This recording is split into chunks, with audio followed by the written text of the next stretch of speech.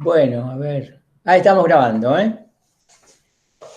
Bueno, no sé si alguien quiere empezar con alguna pregunta, un comentario, algo para opinar, o preguntar, o comentar, o bueno, lo que sea. Clase de consulta. Los que pueden usan el audio y los que no, bueno, escriben en el chat, si me avisan.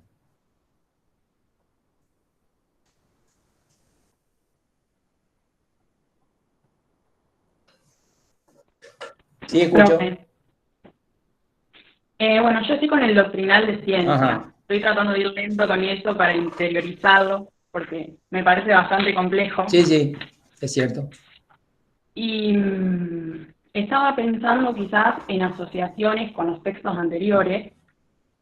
Y bueno, quería preguntarte, porque no tuve posibilidad de ver sus videos todavía. Vi los del Mm, profe García y quería preguntarte si estoy más o menos orientada. Porque mientras leía, se me ocurría esta cuestión de saber verdad y opinión, que él hace referencia a la verdad en estado naciente. Lacan habla ujú, sobre esto. Y él decía que la ciencia olvida esa verdad en estado naciente, pero que el psicoanálisis no debe hacerlo. ujú. Entonces, empecé a relacionar esta cuestión de la contingencia y de lo necesario en la ciencia, como estos dos momentos que se marcan, donde en lo necesario lo que es no puede ser distinto de lo que es, y en lo contingente sí. Ujú. Entonces, como que relacioné este momento de la contingencia con el momento de la verdad en estado naciente, en el sentido de que el psicoanálisis, si olvida esa verdad en estado naciente, olvida el momento de la emergencia del efecto sujeto. Podría ir por ahí, digamos, la asociación. Sí, o sea, los dos desarrollos que hiciste están bien, ¿no?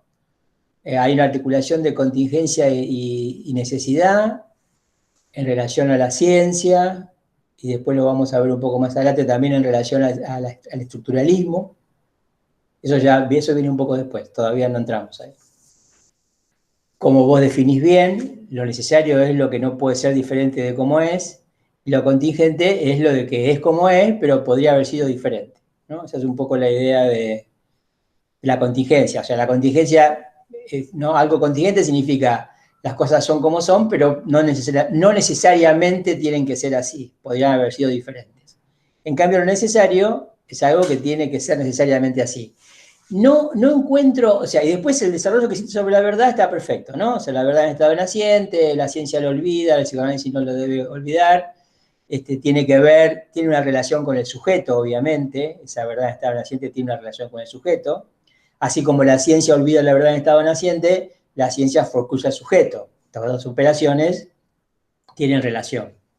De todas maneras, no veo inmediatamente, a lo mejor existe, ello es un problema mío a lo mejor, ¿no? No veo inmediatamente la relación entre verdad y contingencia y la ciencia y lo necesario. Bueno, sí, hay una relación entre la ciencia y lo necesario, ¿no? Obviamente, pero no sabría por qué ahí ubicarías a la verdad como algo contingente. En realidad, eh, a ver, para seguir un poco esa línea, ¿no? Sin saber todavía si vamos a encontrar el tema de la verdad o no. ¿Qué es lo que dice Milner en La Hora Clara? ¿No? Que ustedes vieron, es un texto que tiene algunas dificultades, trata varias cosas, ¿no? Y algunas, Milner es un tipo eh, muy sintético en su exposición, no se va por las ramas, no ilustra demasiado, dice las cosas y cuando le parece que están suficientemente dichas, pasa a otra. Y hay muchas cosas, ¿no? En el capítulo del doctrinal de ciencia, hay muchas cosas. Incluso yo, en las clases que desarrollé, tomo solo los primeros puntos y rescato lo que me parece más importante, ¿no? Quiero decir, no es un texto que nosotros vayamos a ir a fondo, a fondo, a fondo, ¿no? Quiero decir, está bueno que ustedes lo vean todo y está bueno que ustedes pesquen lo que puedan y que discutamos algunos puntos como este, pero no es un texto donde le vamos a pedir minuciosamente que ustedes expliquen todo lo que dice ahí Milner, porque dice muchas cosas que, bueno, que habría que explicarlas, habría que tomarse el tiempo, agarrar el texto, tener clases presenciales, bueno, cosas que no estamos teniendo, ¿no? Por ahí, cuando es presencial, tampoco vamos a fondo con eso, pero un poco más que esto, sí, esto es más superficial. Por eso que yo me detengo solo en cosas sumamente básicas, es lo que ustedes se encuentran en los videos, y es lo que ustedes tienen que tomar como orientación, como brújula sería, ¿no? Ustedes van a leer mucho más que lo que yo explico, pero siempre que tengan presente lo que explico, les va a ayudar a ordenar lo que lean. Esa ley. Lo que dice Milner ahí en la obra clara sobre necesidad y contingencia es algo bastante interesante, por un lado, y es bastante útil reflexionar de esa manera. Lo que él dice es que ahí hay un desarrollo sobre cómo, digamos, por qué la ciencia moderna tardó tanto tiempo en constituirse como tal, ¿no? Digo, ¿qué quiero decir con esto? Quiero decir, existía la ciencia antes de la ciencia moderna, la ciencia tenía otras características, era tan ciencia como la nuestra, nada más que es una ciencia diferente que la nuestra, es una ciencia que fundamentalmente se caracteriza en contraste con la ciencia moderna en que no era una ciencia matematizada, ¿no? ¿Qué significa? Que, bueno, observaban la naturaleza, tenían teorías para explicarla, esa observación no era una observación ingenua, no era una observación power, era una observación muy sofisticada, iba de la mano de las teorías filosóficas que acompañaban esa posición científica, ¿no? Que hay una física aristotélica que no es una física matematizada, y va de la mano, digo, va de la mano conceptualmente de la metafísica de Aristóteles, ¿no? Que es su filosofía. Todo eso no era nada intuitivo, no era nada sencillo, no surgía solo de la observación, había teorías, había intentos de explicar el movimiento, intentos de explicar un montón de otras cosas, como se preocupa, como ustedes saben, la física, ¿no? ¿Qué pasa? ¿Qué dice Milner? Milner dice que el paso de haber podido matematizar la ciencia, ¿no? Que la ciencia devenga en la modernidad, ciencia matematizada, la física, ¿no? Supuso una operación sumamente compleja, porque ¿qué dice él? Dice, la naturaleza es contingente, ¿no? Está todo el tiempo transformándose, la naturaleza es corrompible, ¿no? Digo, la naturaleza, las cosas se pudren, se reciclan, vuelven a aparecer, o sea, la naturaleza es cambiante. Y sin embargo, la matemática que existía desde la época de los griegos era absolutamente permanente, ¿no? Digo, ahí estoy usando solo cambiante y permanente, ¿no? Como sustitución de contingente y necesario, ¿no? La matemática era lo que era, por eso que para los griegos la matemática estaba en el cielo, eran verdades eternas, incorruptibles, ¿no? Y eternas, o sea, permanecían todo el tiempo inalteradas, inalterables. En cambio, la naturaleza, corruptible, alterable, cambiante, se entiende que había que cruzar esas dos cosas. Lo que dice Milner en la obra clara, en el Doctrinal de Ciencia, es que la ciencia fue el paso de poder articular lo contingente con lo necesario. Poder, ¿no? El hecho de que Galileo dijera que el libro de la naturaleza estaba escrito en caracteres geométricos era que con eso cambiante, con eso contingente, con eso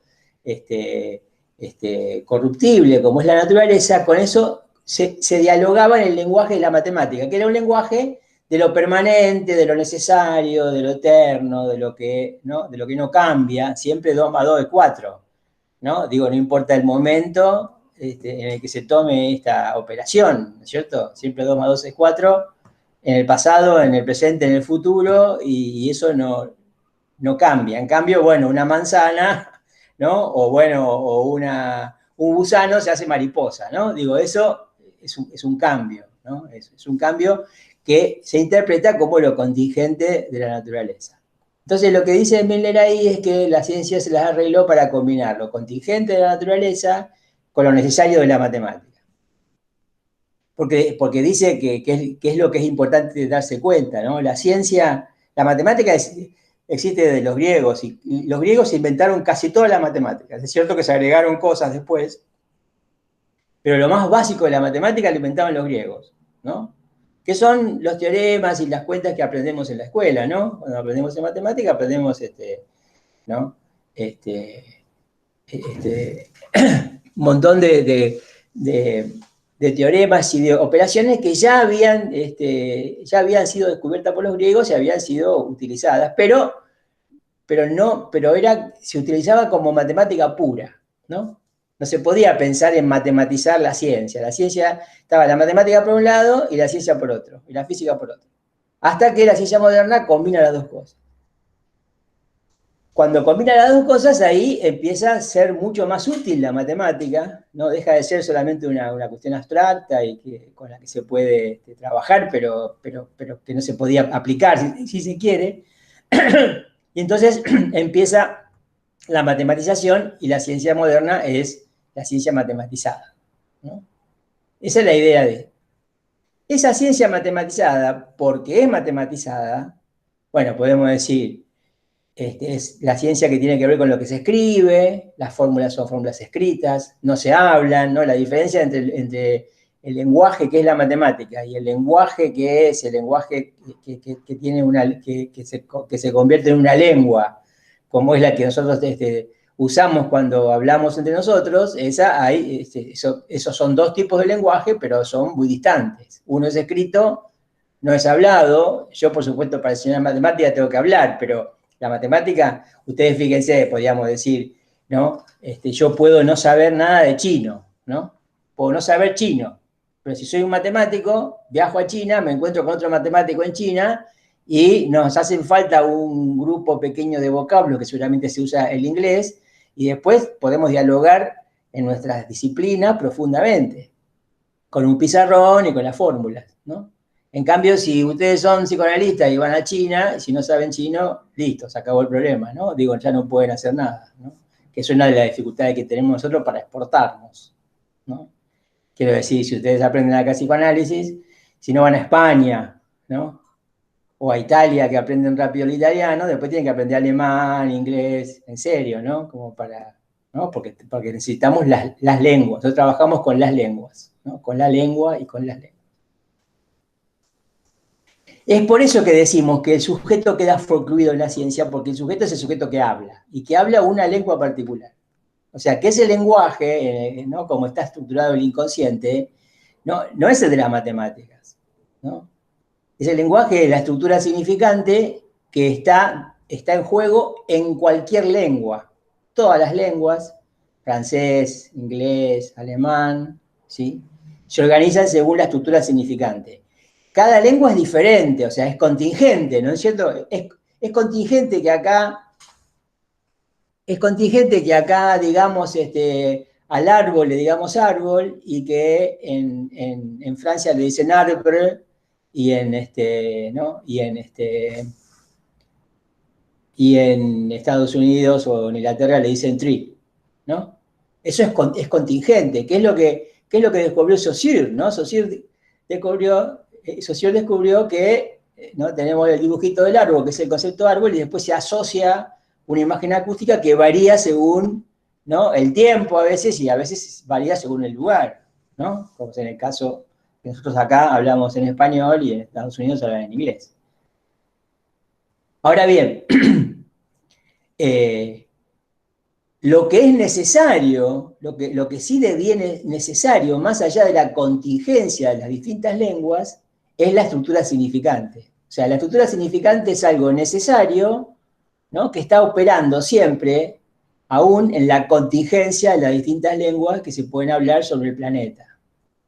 ¿Qué es lo que hace que una lengua sea una lengua, ¿no? Y que no sea un conjunto de sonidos, ¿no es cierto?, que no significan nada. Y bueno, que ese conjunto de sonidos del inglés, del alemán, del francés o del español funcionan según esta estructura significante, es decir, que son sonidos que se combinan y que al combinarse forman unidades mayores, más amplias, y que al formar estas unidades más, ¿no? más complejas, empezamos a tener efectos de significación. Esa es la idea de la estructura significante, ¿no? Que es lo más próximo que tenemos digamos, al abordaje del lenguaje como un objeto científico, ¿no? Es decir, el concepto de significante y de estructura es como una cosa muy parecida a una matematización, pero que no lo es al final, ¿no? Tampoco termina haciéndolo porque tampoco es la matemática de la física, ¿no? Ahora, ¿por qué nos interesa la estructura, que es lo necesario que hay en toda lengua particular? Bueno, nos interesa esa estructura porque es la lógica de cómo funciona cualquier lengua, ¿no? Entonces, lo que dijo Freud sobre los sueños en alemán se aplica a lo que decimos nosotros sobre los sueños en español, solamente porque la estructura significante opera en las dos lenguas. Y el inconsciente de algún hablante alemán y el inconsciente de un hablante español funcionan igual en realidad, aunque las lenguas sean diferentes, ¿no? Digo, es la combinatoria de esos elementos que son sonidos, fundamentalmente, que no tienen significación, que no tienen sentido, que son asemánticos, y que en la combinatoria, ¿no? En la cadena significante, cuando se van poniendo uno al lado del otro, o cuando se sustituyen entre sí, etcétera, van generando efectos de significación, y ahí viene, ¿no? Todo otro campo que tenemos que investigar y pensar, que es el campo del sentido, el campo semántico, ¿no?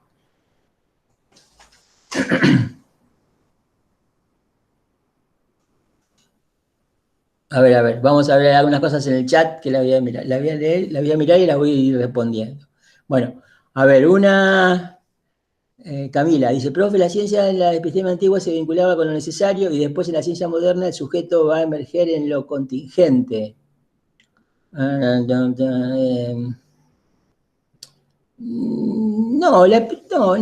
no sé, porque estamos mezclando cosas ahí, me parece, ¿no?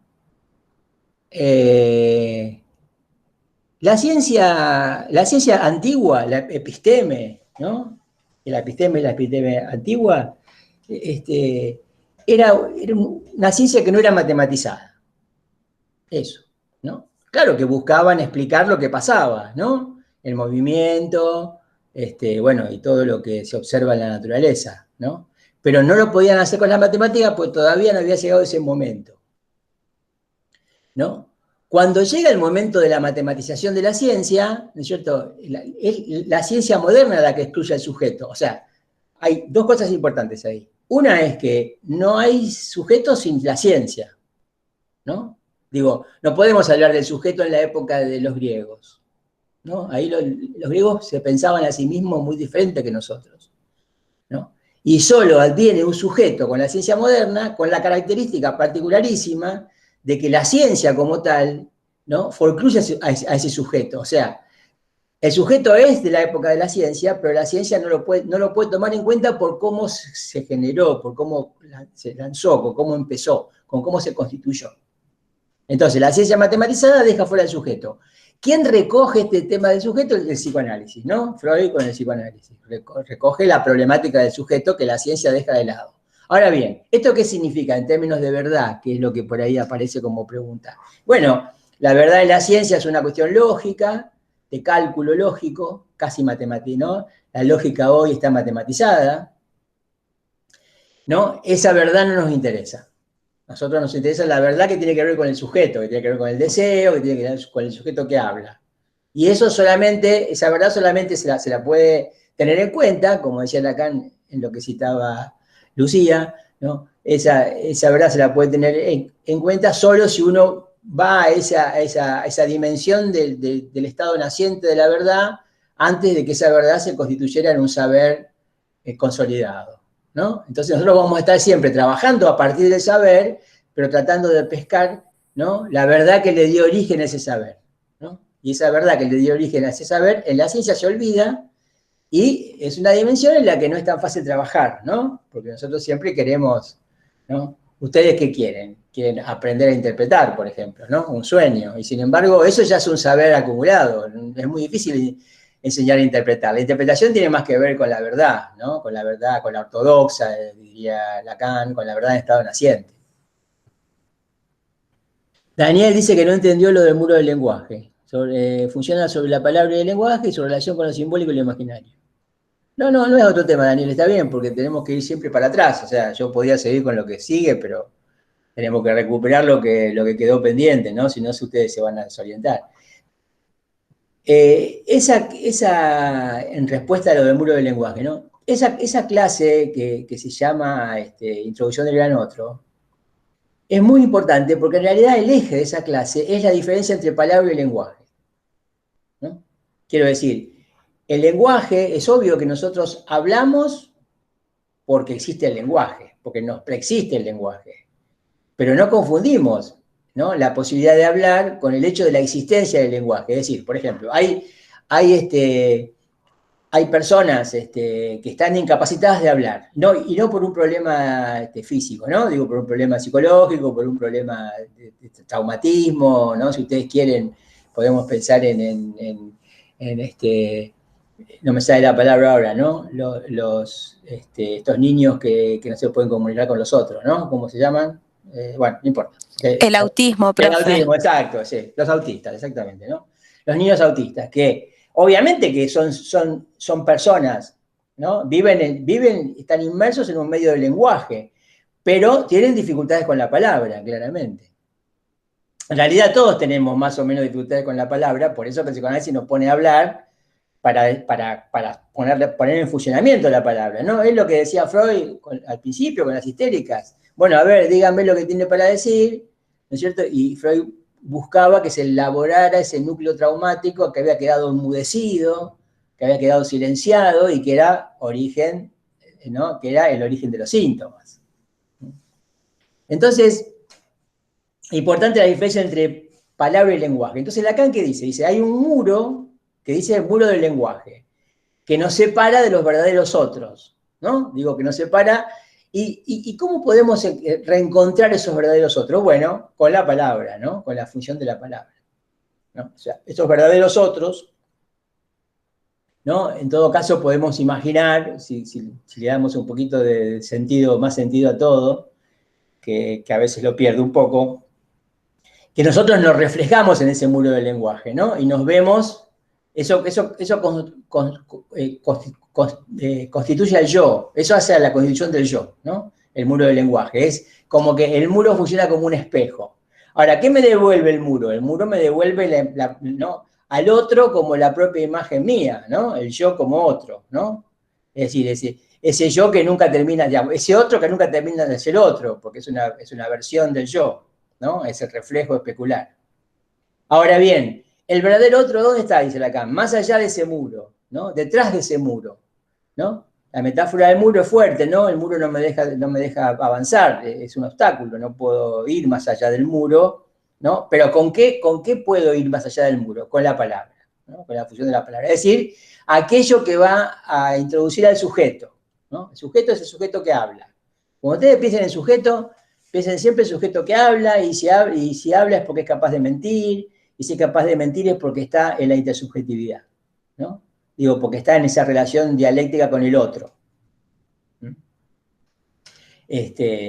Y lo otro, si el yo es mudo, el yo es pura imagen, el yo es ¿no? Es como dice Lacan ahí en Introducción del Gran Otro, el yo es como una luna, es circular, ¿no es cierto?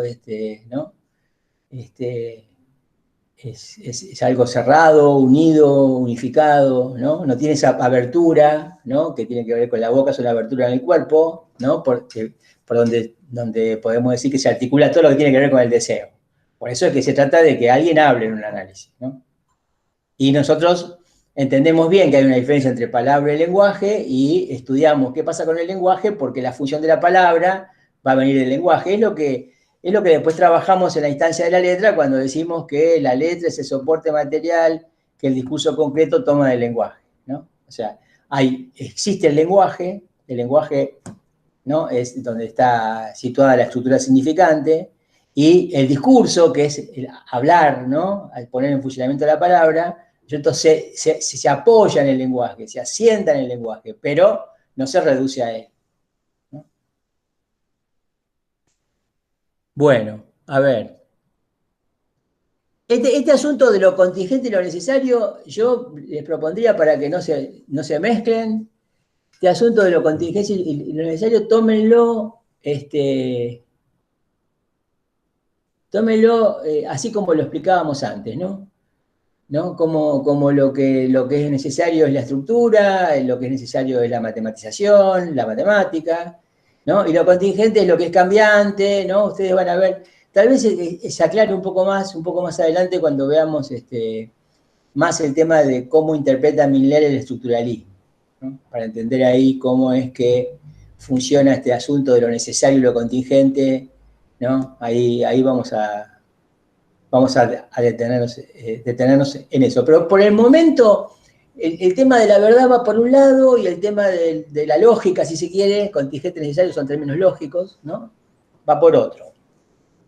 Así que ahí yo les diría, traten de no mezclar esos dos temas para no enredarse, ¿no? ¿Qué tal, Daniel? Buenas tardes, profe. Recién me desocupo. Bueno, menos mal que se graba esto. Estamos charlando, Daniel, de distintas Sí, pero cosas. es re interesante. Sí. Así que tiren y vemos. Yo ya empecé con la instancia de la letra, ahora mañana ya subo otro videito sobre más intenso sobre metáfora, que es importante trabajar bien eso. En detalle, digo, ¿no? Vamos a ver la metáfora de su gavilla, no era vara ni tenía odio, analizándola, y después un poco cómo sigue Lacan ahí en la instancia, y después ya en otro video posterior ya vamos a entrar en metáfora con más. Eso hay que, digamos, es necesario detenerse en eso, ¿no? Si uno no se detiene en eso, y pasa por arriba como metáfora, condensación, medio como que no queda nada sólido. La idea es que al final de la materia ustedes tengan 4 o 5 puntos más o menos trabajados, con alguna solidez, con alguna base, como para que ustedes puedan decir, bueno, esto va por acá y no va por acá, ¿no? Y que les sirva para cuando lean cosas más complejas, que seguramente hay cosas mucho más complejas que las que estamos trabajando, pero bueno, por eso el psicoanálisis lleva tiempo, ¿no? No sé si ustedes saben la anécdota de que una persona quiere entrevistar a Lacan para que le explique lo que es el psicoanálisis, una periodista, creo, ¿no? Quería hacer un artículo o algo así. Y Lacan le dice, bueno, ¿cuánto tiempo tiene? Y no, dice, media hora, una hora, dice, no, le puedo explicar el psicoanálisis en una hora. Dice, necesito varios meses. Y bueno, fíjense lo que ha hecho, él, ¿no? Enseñó durante 30 años para explicar y explicarse, entiendo, qué es lo que es el psicoanálisis, ¿no? Sí. Así que como si a él le llevaría varios meses explicarle a alguien lo que es el psicoanálisis, ¿no es cierto? Y nosotros que estamos tratando de hacer una materia introductoria a Lacan, tratando de ver los fundamentos de lo que él desarrolló, y eso lleva tiempo porque uno al principio no tiene ni idea por dónde va la cosa y tiene que hacer, ¿no? Tiene que adaptarse a esa idea de dónde arranca y cómo después a partir de ahí se desarrolla. Entonces necesitamos tiempo, que las cosas se elaboren, se asimilen, entren, ¿no es cierto? Que uno diga, bueno, es por acá. No. Si yo digo 4 cosas así, uno dice 4 o 5 cosas al aire y ahí tengo un retorno. Daniel Bacarra. Con Daniel, sí. ¿Podés apagar el micrófono, Daniel? Sí, cómo no, disculpe. No, está bien. Bueno, yo le quería preguntar después. Dale, ahora. Dale. ¿Qué siente usted cuando aparece el sujeto? Cuando se asombra, que dice, ahí está el significante. Y sentir no siento nada, qué sé yo, el sujeto es un efecto, no sé si pasa por, digamos, vamos a decirlo así, por la emoción o por el sentimiento, ¿no? Parece que es más un efecto, este efecto sujeto en realidad lo conocemos todos, estoy seguro, ¿no? Estoy seguro que ustedes también conocen el efecto sujeto. A lo mejor no han llegado a nombrarlo como tal, ¿no? Ustedes, por ejemplo, pensemos, es algo que vamos a trabajar un poco más adelante, ¿no? Pero, por ejemplo, pensemos en lo que pasa con un chiste, ¿no? Ustedes vieron que a veces los chistes, cuando yo digo los chistes me refiero a estas situaciones sociales en donde de pronto, bueno, a veces ocurre que está el contador compulsivo de chistes, que no termina de contar chistes, ¿no es cierto?, en una reunión, ¿no? Y ya sabemos de qué se trata, o son los profesionales de los chistes, pero hay que situarse en un plano un poquito más normal, si se quiere, o cotidiano, ¿no? En donde de pronto uno está en una reunión, por ahí la reunión va decayendo, porque a veces pasan estas cosas, y de pronto aparece un chiste espontáneo, ¿no? No un chiste que yo digo, voy a contar un chiste, no es eso, ¿no? Se arma un chiste y produce un efecto en todos los participantes de la reunión muy interesante, que es que, bueno, cambia el humor, se renueva la reunión, se levanta el ánimo, y uno queda como impactado por ese efecto. El efecto sujeto siempre conlleva, ¿no? Ya que preguntabas por algo más personal, Daniel, te diría, ¿no? A nivel de cómo se lo vive, voy a tratar de contestar eso, ¿no? Ya no, esto no es conceptual ni teórico, ¿no? Es más bien de la experiencia. El efecto sujeto se vive con sorpresa, ¿no? Sorpresa que a veces a uno le dura un tiempo, ¿no? A uno no le dura el efecto sujeto, el sujeto es un efecto y listo, ¿no? Pero uno vuelve sobre ese efecto porque hubo algo ahí que lo conmovió, que lo sorprendió, que lo iluminó, ¿no es cierto? Ese mismo efecto sujeto es el que cuando de pronto se interpreta un sueño. Un sueño, cuando uno interpreta un sueño y le acierta, porque a veces es difícil interpretar los sueños, ¿no? Hay sueños que no se interpretan, ¿no? Digo, el analizante viene a Nice y cuenta un sueño y no pasa nada, ¿no? Lo que se le ocurre no lleva nada y el analista no puede aportar de su cosecha nada tampoco, obviamente, más que leer lo que está en juego, los elementos que están en juego, con lo cual a veces no pasa nada, a veces pasan varios sueños y no pasa nada, hasta que llega un sueño que, ¿no es cierto?, encuentra su lógica significante, y de pronto, cuando, ¿no? Porque en general uno va a análisis y a lo mejor le contó el sueño a otro, porque a veces pasa que uno cuenta los sueños a otra persona y demás, pero bueno, en otro contexto, en algún contexto más, ¿no es cierto? En realidad muchas veces uno tiene el sueño en la cabeza y recién va y lo cuenta en sucesión, ¿no? Y la diferencia que hay entre cuando tenía el sueño en la cabeza, entre cuando lo dijo y entre cuando se lo trató, ¿no? Es un cambio radical, ¿no? Digo, es realmente una experiencia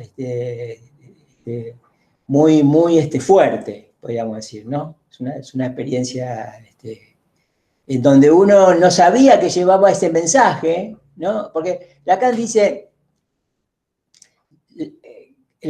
que ¿no? Lacan toma el esquema de la comunicación, ¿no? O sea, el esquema de la comunicación, ¿cuál es? Hay un emisor del mensaje, hay un receptor del mensaje y hay un mensaje que debe ser descifrado o decodificado, como ustedes quieran, ¿no? Ese es el esquema de la comunicación. Lacan dice, ¿no? Lacan dice que en el psicoanálisis, dice, el emisor recibe su propio mensaje en forma invertida, ¿no? Ahora, fíjense que esto que, bueno, hay que explicar, ¿no? Porque no solo es cuestión de repetirlo, ¿no? Solamente. Acá tenemos un emisor que recibe, ¿no? En el otro esquema de la comunicación, el emisor emite y el que recibe es el receptor. Quiere decir que acá tenemos un emisor que recibe, ¿no? Entonces, ¿cuál es la idea? La idea es, por ejemplo, yo sueño, ¿no? Tengo en la cabeza mi sueño, lo recuerdo parcialmente o no parcialmente, ¿no? Siempre que lo relato me parece que no es verdaderamente el sueño que tuve. Ustedes saben que eso, ya Freud habló de eso también, ¿no es cierto? Dijo que, bueno, que siempre es así, digamos, pero que lo importante es relatarlo como uno le salga, ¿no? Donde también son importantes las omisiones, los puntos oscuros, los blancos, las lagunas, ¿no? Obviamente. Entonces, ¿cuál es la idea? Uno va a análisis con ese sueño. ¿Y qué hace? Uno ahí es emisor, porque uno le cuenta el sueño a su analista, ¿no? Ahora bien, uno es emisor de un mensaje, ¿no? Que no sabe, digamos, de un mensaje que es para uno mismo el mensaje, porque el sueño es para uno, no es para el analista, ¿no? Digo, tiene valor para uno el sueño. Entonces uno se tiene que convertir en receptor de ese sueño, que en realidad es un sueño que parte de uno como emisor.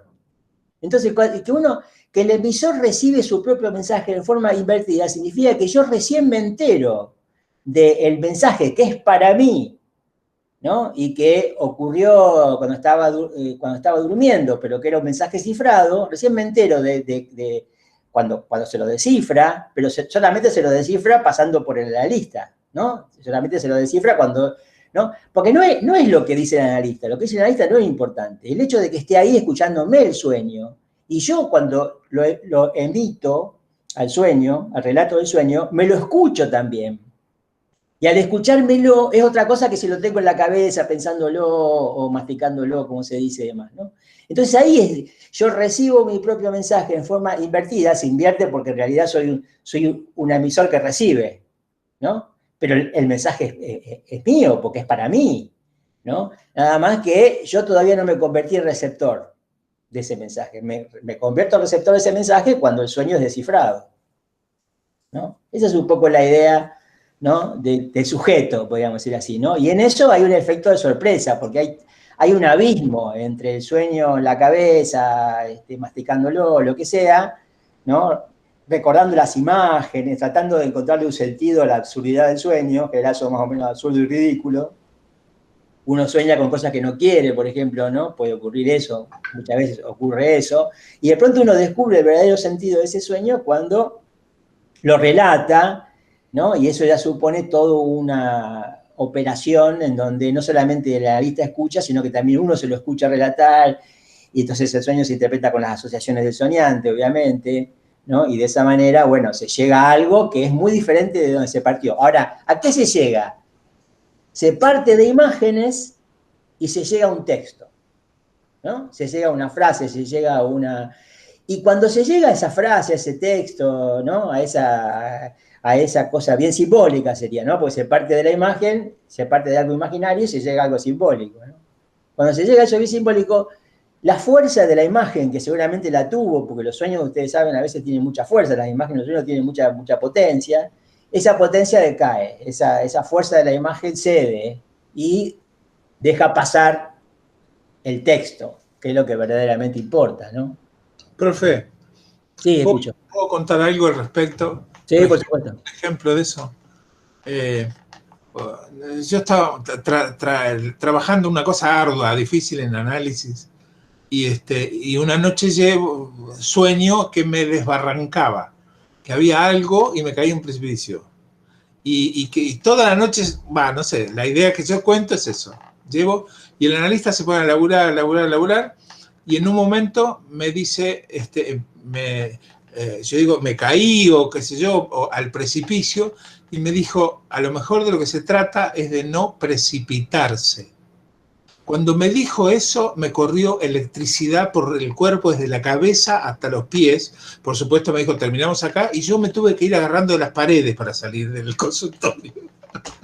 Bueno, es un buen ejemplo de significante, ¿no? Es un buen ejemplo de significante, porque en precipicio está la precipitación.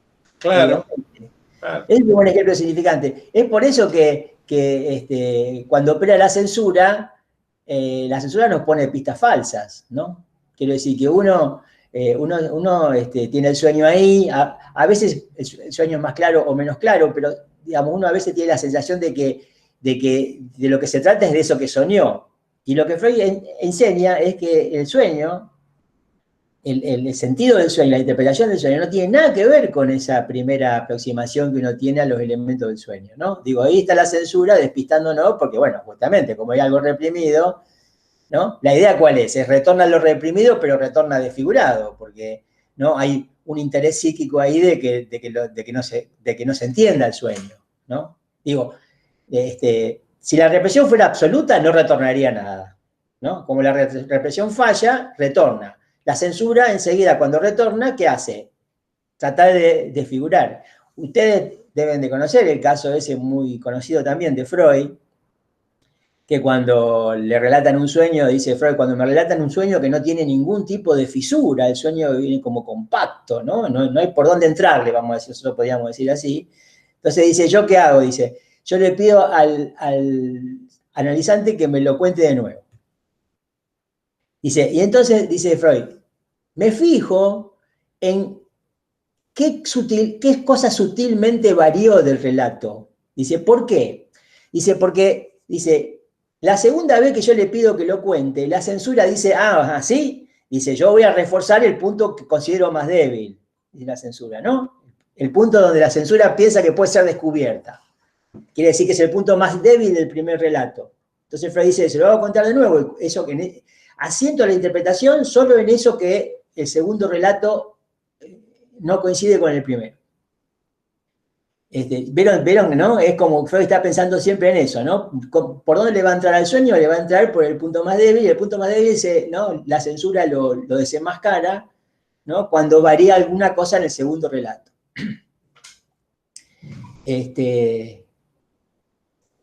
Bueno, es así. Lo que nosotros aprendemos con el significante, después con Lacan, ¿cierto? Pero con el concepto de significante que Lacan introduce y cómo él lo desarrolla, aprendemos eso.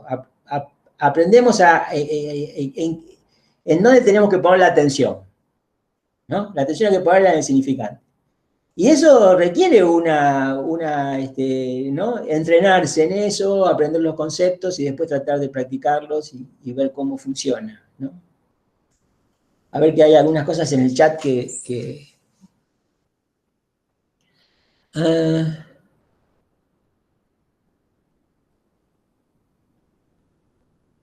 a ver, leo, así vamos comentando, ¿sí? Camila dice, profe, en el texto dice que solo hay ciencia de lo contingente y que solo se puede pensar al sujeto con una teoría de lo contingente y no con una teoría de lo necesario.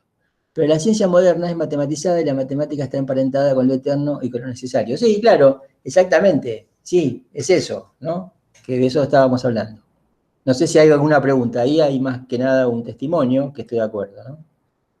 Es por eso que usted dijo recién que la ciencia permite pasar de lo contingente a lo necesario, o que se puede vincular lo contingente con lo necesario. Claro, la ciencia, ¿no? La matemática, que en realidad como tal es una disciplina de lo necesario, como yo decía antes, 2 más 2 es 4 siempre, ¿no? En el pasado, en el presente y en el futuro, y acá y en la China, ¿no? Es decir, que todas las variaciones de tiempo y lugar no afectan la matemática. Las variaciones de tiempo y lugar son lo contingente. Ahora bien, la naturaleza es cambiante todo el tiempo, ¿no? Como dice Milner, hacer ciencia fue la posibilidad de articular lo contingente de la naturaleza con lo necesario de la matemática. Por eso que la física es matematizada y por eso que se tardó, ¿no? Se tardó siglos en que se pudiera encontrar la forma de que esto ocurriera, ¿no? Y ahí, bueno, empezó la ciencia moderna, y ahí estamos en los líos que estamos, ¿no? La ciencia no es ni mala ni buena, es evolución del hombre, de la cultura, ¿cierto? ¿Cómo seguimos para adelante en lo que estamos? Bueno, ahora la ciencia nos ha traído un montón de problemas, ¿cierto? Porque estamos destruyendo la naturaleza, y bueno. Y encima está este sistema económico del capitalismo, que es un sistema de consumo exacerbado, entonces ya nos inventan necesidades que no existen para que consumamos más objetos, y bueno, hay algunos análisis interesantes para hacer sobre esto, pero bueno, eso hay que dejarlo a lo mejor para, bueno, nosotros tenemos ahí en la última unidad, ¿no? Como venimos muy frenados al principio, pues queremos dar estas bases sólidas para ustedes del psicoanálisis. Al final, un poco la última unidad, un poco abrimos todo y ya discutimos de otra manera psicoanálisis, ciencia, religión, y aparecen otros conceptos de cosas un poquito más avanzadas en Lacan, pero para no quedarnos tan en una introducción tan didáctica y tan aplastada como hacemos al principio, aunque es importante tener eso, disponer de eso. Después abrimos un poco para que ustedes vean por dónde se puede seguir, qué cosas se pueden ir discutiendo y tener en cuenta, ¿no? Así que eso es más divertido, eso lo vamos a hacer al final. Vamos a hablar de eso, del consumo, del capitalismo, de la ciencia del capitalismo, del consumo, de qué pasa ahí con el deseo, con la castración, ¿no? Qué pasa con el sujeto, ¿no? ¿Y había algo más en el chat? A ver, me fijo, perdonen. Sí, claro. Bueno, por eso, lo que pregunta Camila va un poco en ese sentido, ¿no? En el sentido de lo que estábamos hablando. Yo lo único que quería dejar dicho ahí era que como la cosa empezó por el lado de esta articulación de lo contingente y lo necesario, por un lado, ¿cierto? Que trabaja Milner en el doctrinal de ciencia, y por otro lado todo el tema de la verdad de estado naciente, yo estas dos cosas las dejaría por el momento separadas. Yo quiero decir, yo siempre, no sé si ya lo dije, creo que sí, pero es algo también de mi experiencia personal, ¿no? A mí, yo llegó un momento que me di cuenta de que, bueno, como ¿no? Y no al principio, después de muchos años, que tenía unos agujeros importantes de la lectura de Lacan y del psicoanálisis, ¿no? Que tenía preguntas y que decía, ¿y esto cómo es? ¿Y esto cómo es? Y acá yo de esto no sé mucho, y de esto sé un poco más. Y entonces, ¿no? Se me presenta la idea de que, bueno, es como un rompecabezas. ¿Vieron? Esto es un rompecabezas no sé si ustedes hicieron rompecabezas, yo no, pero conozco gente que adicta a esas cosas. Ahí vieron, hay de 10.000 piezas, de qué sé yo, ¿no? Bueno, imagínense que esto es un rompecabezas de 10.000 piezas, ¿no? Y cada pieza encaja con la otra. Entonces, bueno, y hasta que el mapa completo yo no sé quién lo tiene. Yo supongo que alguna vez Lacan lo habrá tenido, supongo, quiero suponer que Lacan lo tenía y no sé, porque a veces se hace preguntas importantes también, ¿no? De cosas que parece que tenía que, como le faltaba llenar algunos agujeros, tenía que construir las piezas, ¿no? Pero bueno, uno eso, va construyendo las piezas a medida que lee y una cosa le encaja con la otra y no... y hay que también poder soportar de que haya como blancos, ¿no? Bueno, sobre esto acá no me cierra. Bueno, tengo que seguir leyendo, tengo que seguir pensando, ¿no? Y entonces uno empieza a encajar unas poquitas piezas. Nosotros lo que tratamos con ustedes de hacer es encajar unas pequeñas piezas iniciales, simbólico, imaginario y real, ¿no? El yo y el sujeto, la verdad y el saber, ¿no es cierto? Y las piezas van, ¿no? Ustedes lo reencuentran en otros textos, vieron que Lacan, nosotros hemos puesto textos donde Lacan dice cosas muy afines, pero las dice de modo diferente, ¿no? Las va diciendo de modo diferente, porque es un poco así todo el psicoanálisis. En algún momento Lacan dijo, ustedes fíjense que yo no hablo de muchas cosas, hablo siempre de lo mismo, pero siempre que habla de lo mismo lo encara de una manera diferente y cada vez que uno lee lo mismo de una manera diferente se hace una idea más precisa de cómo es eso o de cómo funciona. Así que hay que tener paciencia, es un rompecabezas largo y lleva tiempo, ¿eh? Lleva tiempo esto. El psicoanálisis, esto es una introducción para todo el mundo, para los que van a hacer psicología, para los que van a hacer psicología social, educativa, qué sé yo, ¿no? Para que ustedes sepan algo de Lacan. Después el que quiere seguir con Lacan tiene que, bueno, seguir trabajando, ¿no? Y lleva tiempo. Lleva tiempo. Y tiene que, no sé si empezar de vuelta, pero probablemente seguir. Sí. Pero lleva tiempo, lleva mucho tiempo, ¿no? Yo doy fe por mi experiencia, ¿no? Y así todo, yo hay cosas que no tengo resueltas aún. Yo me voy dando cuenta de algunas cosas, ahora que había empezado a leer para rendir Psicoanálisis 2, de cuántas cosas que uno entiende a Precou, ¿no? Que en aquel momento dijo, esto está bien, y resulta que caminó por otro terreno, y cuando vuelve a leer eso dice, bueno, eso permanentemente. Claro. Sí, hay un efecto. Sí, por eso que esto es un campo de lectura, de hacer esa, o sea, hay que, ¿no? Digo, uno no se aproxima al inconsciente, al sujeto teóricamente, hay que hacer la experiencia, ¿no? De uno como sujeto y con su inconsciente, por eso que, bueno, Freud decía, bueno, ustedes leen la interpretación de los sueños, pero no van a pensar que porque leyeron ese libro ustedes pueden interpretar un sueño, ¿no? Hay que interpretar los propios sueños, como Freud hacía, ¿no? Y hacerlo con otro en la medida de lo posible, porque, bueno, uno mismo, por supuesto, no se puede dar cuenta de todo, o que haya otro significa una posibilidad de darse cuenta de cosas que de otra manera están cerradas como posibilidad. Pero bueno, tampoco se trata de que, ¿no? Uno se analiza cuando siente que lo tiene que hacer, cuando decide hacerlo, no tiene ningún sentido mandar a nadie análisis nunca. Nunca me van a escuchar a mí decirle a ustedes que tienen que analizarse para aprender psicoanálisis y demás, porque eso no sirve. Uno va a analizarse cuando lo decide, tiene que saber que existe la posibilidad nada más, ¿no? Y bueno, estamos en la universidad, ustedes aprenden libros, aprenden teorías y demás, y bueno, la idea es que, bueno, también es cierto que con esto no es suficiente para ponerse a analizar, ¿no? Hace falta unas vueltas más. Pero bueno, al menos, como mucha gente sale de la facultad y pone el consultorio y se pone a analizar, qué sé yo, y después no sé lo que hacen, porque no tenemos ningún control sobre eso, bueno, que sepan, ¿no? Que esto no es teórico, que esta parte que estamos haciendo sí es teórica y la teoría es importante porque es un punto de apoyo central y una cosa que permite ir dándose cuenta de las cosas, pero que después ¿no? Entre la experiencia y esto hay una diferencia importante. Claro.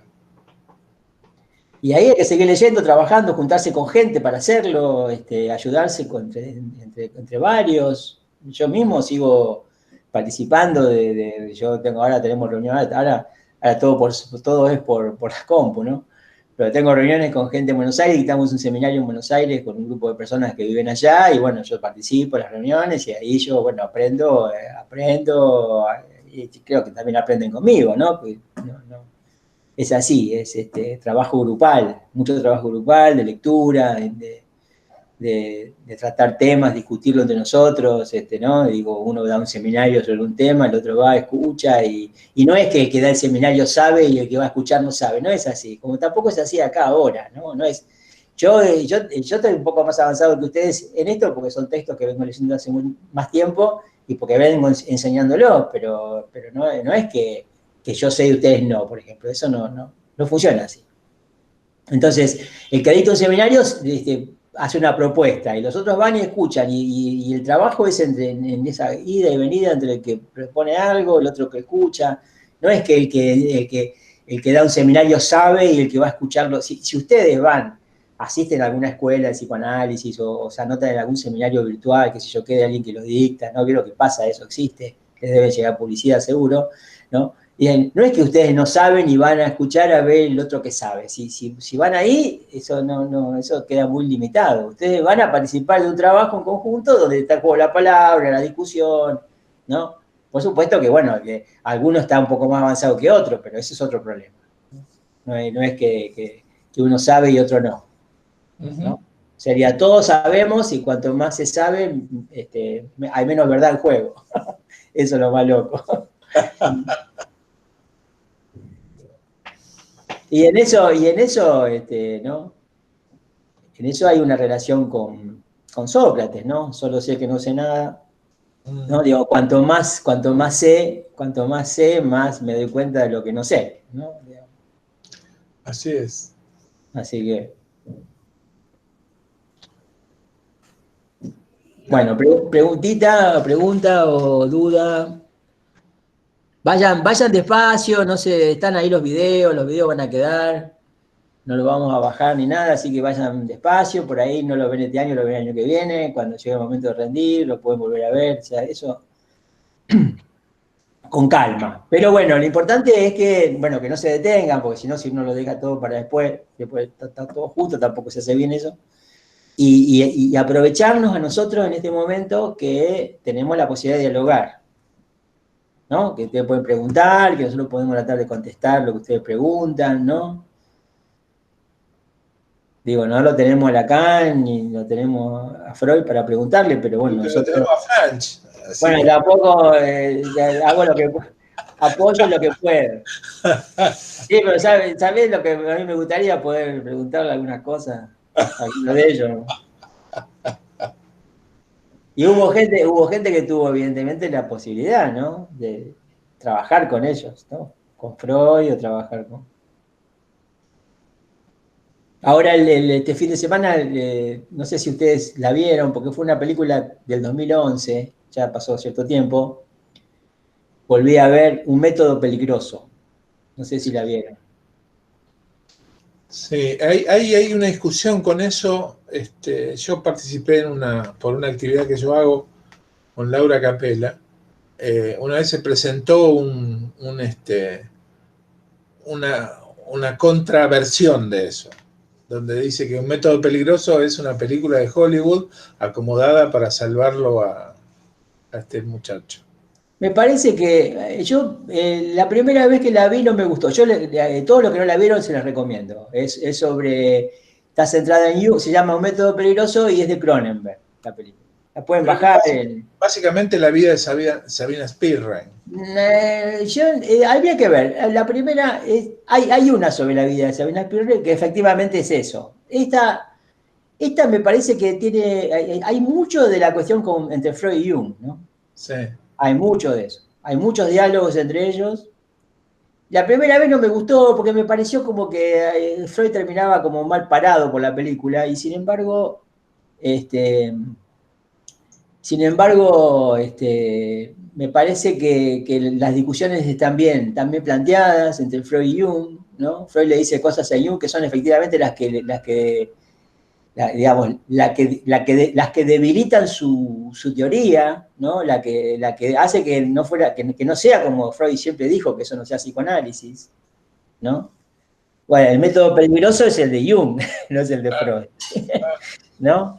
Porque aparte se trataba de eso, se trataba de que tratan de mostrar lo que es el psicoanálisis en la relación entre Jung y Spilren, y efectivamente ahí todo, ¿no? El tipo tiene, o sea, es justamente todo lo que Freud dice que no hay que hacer, ¿no es cierto? O sea, el tipo se engancha con la paciente, tiene una relación amorosa, porque efectivamente el tipo no respeta ¿no? Que eso es lo que está excluido de un análisis, ¿no? Que la transferencia, ¿no? Entonces el tipo se siente culpable, efectivamente, toda una complicación que tiene que ver con la posición de Jung, por un lado, y está toda la discusión con Freud y las cosas que le dice Freud en la película, una película, como vos decís, una película que es para consumo masivo, ¿no? Sin embargo, los temas que trata, ¿viste? Cuando Freud le dice a Jung, no se meta con eso, porque esto es otra cosa, no, nos van a crucificar si usted, ¿no? Porque estaba con la telepatía y ¿no? con cosas místicas y como efectivamente es todo el trabajo, ¿no? Jung cree que hay un inconsciente colectivo en donde tenemos ciertas imágenes ancestrales que nos marcan a todos por igual, de por vida, y que en los mandalas y en el espiritismo, y en la telepatía, además, ahí se junta toda una especie de fuente original, ¿no? Y todo eso no tiene que ver con el psicoanálisis. Yo sé que hay jungianos, pero la verdad que Jung no va a dejar nada, bueno, nada, ¿no? Digo, entre Freud y Jung es un satélite que aparte Freud, que Freud puso en su lugar, quiero decir, ¿no? En un lugar fuera del psicoanálisis, ¿no? Freud dijo, esto que hace usted es muy interesante, lo que quiera, pero esto no es psicoanálisis. Yo era un tipo muy culto y evidentemente un tipo muy inteligente, pero bueno, ahí falta análisis. Le faltó análisis a Jung, ¿no? Faltó análisis, pero digo, eso lo vamos a ver en el último punto del programa, como decía, terminó sirviendo al nazismo después, ¿no? Claro, ¿no? Sí, Rojo,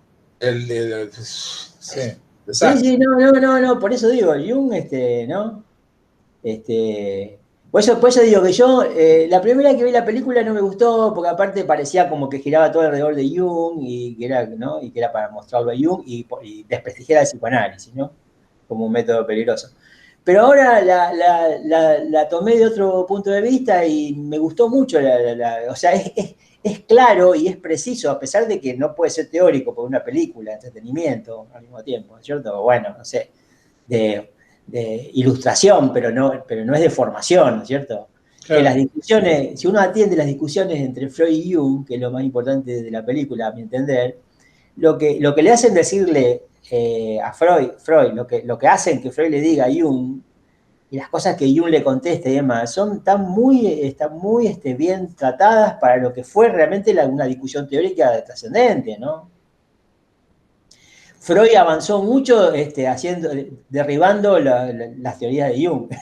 Freud pudo avanzar mucho, ¿no? Echando por tierra muchas teorías de Jung que no son para el psicoanálisis. Bien.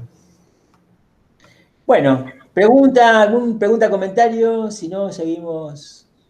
No sé si voy a poder. No, comentar yo, la otra vez me habían preguntado por los métodos para desgrabar, yo dejé Sí. una descripción, pero no sé si lo vieron. Sí. Bueno. Sí, yo creo que todos lo ven, ¿no? Te digo, usted, a ver, una pregunta técnica, pues no sé cómo es. Cada vez que alguien comenta algo en una clase, ¿todo el mundo recibe el comentario o no? ¿O tienen que entrar para verlo? Cuando yo subo algo, seguro que lo reciben. Pero, por ejemplo, en este caso. Pero no, yo no. Yo tengo que entrar para saber. Cuando usted o Diego, que yo estoy con Diego, si publican algo, eso sí, recibo la notificación. Si pero no, cuando hay intercambio de clases, no. Eso no lo recibe. Ajá, mirá, bueno, para tener en cuenta. Por eso quería avisar esto, digo, porque... Sí, yo lo vi. A mí sí, a mí me llega, ¿eh? Cada uno que dice algo, opina o pregunta, ahí me llega un mail. Sí. Y yo ahí vuelvo, igual yo chequeo la clase todo el tiempo, ¿no? Digo, estoy Sí, sí. toda la semana con eso, pero igual me avisa, porque por ahí alguien pone algo en alguna clase vieja y yo no voy a estar revisando todo. Entonces a Claro. mí me llega que tal comentó tal de tal clase o de tal material de estudio, de tal comentario que hice. Bueno, eso. Bueno, Nada más. si puedo, no sé si voy a poder este miércoles, pero bueno, si puedo el miércoles al mediodía y si no el próximo lunes. Bueno, Y mañana subo un videito más sobre tercera parte de la instancia, para los que están al día. sí.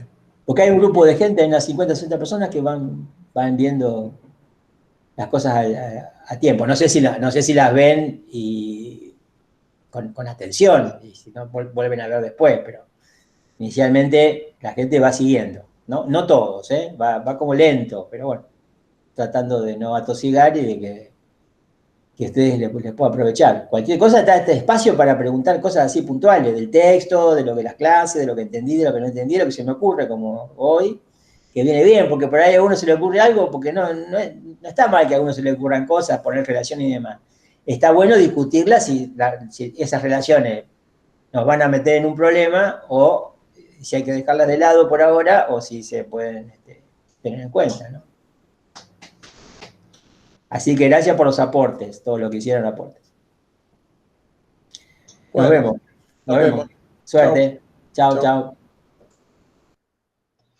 Gracias, hasta luego. Chao, profe, gracias.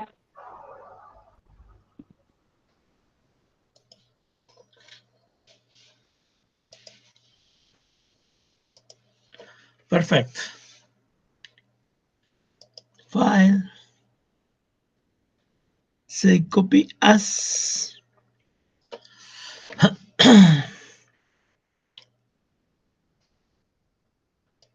Hoy es 10.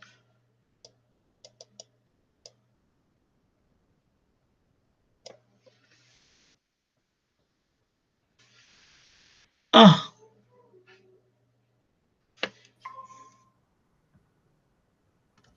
hoy es 10.